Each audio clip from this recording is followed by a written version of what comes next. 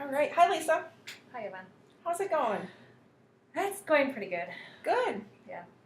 It's good to see you. It's been a while. Has been a while. I think that, with all the snow that we've had and just some phone tag, email tag, maybe lack of communication in some areas, we haven't been able to quite reach each other. Mm-hmm. But I'm glad to have you here today. It's really good to see you. Yeah, it's good to be here. Good. Just to kind of catch up on some things, our agenda for today will be just some supervision expectations that I have from you. I have a new policy that I'd like you to sign off on as far as it pertains to mileage reimbursement from the agency. Okay. And anything that you'd like to address. Okay. Yeah. Feeling pretty heavy and just feel like I just want to share with you that I just feel like my role is being misunderstood by the teachers in the school that I'm working at. Okay. Yeah. Huh. All right.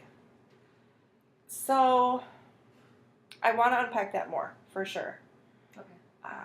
But because we haven't been able to talk for quite a bit of time, it's been 3 weeks or a month or so, I just want to make sure that we're on the same page that supervision, to me, means that I'm supporting you and that we're communicating to make sure that our students get everything that they need. Are we on the same page there? Yep, that sounds good. Okay. And this is definitely a very important topic for us to discuss about the teachers misunderstanding your role. Just because, as you know, we have a contract with the school. Mm-hmm. You are a community mental health employee, but you're in a remote location in this school. Mm-hmm. And perhaps it's such a new program. It just started this year that maybe your role wasn't necessarily explained well enough to the teachers. So that could be on behalf of community mental health. It could be on my behalf. But we definitely need to make sure that everyone's on the same page so that your services are being utilized correctly. Okay. Thank you so much for sharing that with me. Something that we definitely need to work on moving forward. Mm-hmm. Can you maybe elaborate on why you think that they don't understand your role? Yeah. I just feel like that I've just been experiencing a very high volume of referrals. Okay. That I'm having a very hard time keeping up with. And that would explain why we haven't talked in 3 weeks. Yeah. Okay. Could you maybe elaborate on what kind of referrals you're getting that isn't necessarily what you would expect to get from the teachers? Sure. I guess I feel a little weird even saying this, but I just feel like my observation is that it's just a very high volume of African American students that are being, sent my way. Okay. Is it that you don't want to work with these students? Them being African American? No, or that's definitely. Okay. No, I just want to make sure. I definitely do not have an issue of working with this population. Mm-hmm. The population that's being referred. I just feel like maybe it has to do with the fact that the school has, in the past, been Caucasian, mostly, but that they have a very high influx of African American students into their programming, and I'm not sure if the teachers are just not culturally competent, and are just not sure really what to do, and so they're just pushing them off on me rather than trying to figure out how to handle certain things. Do you have any examples of?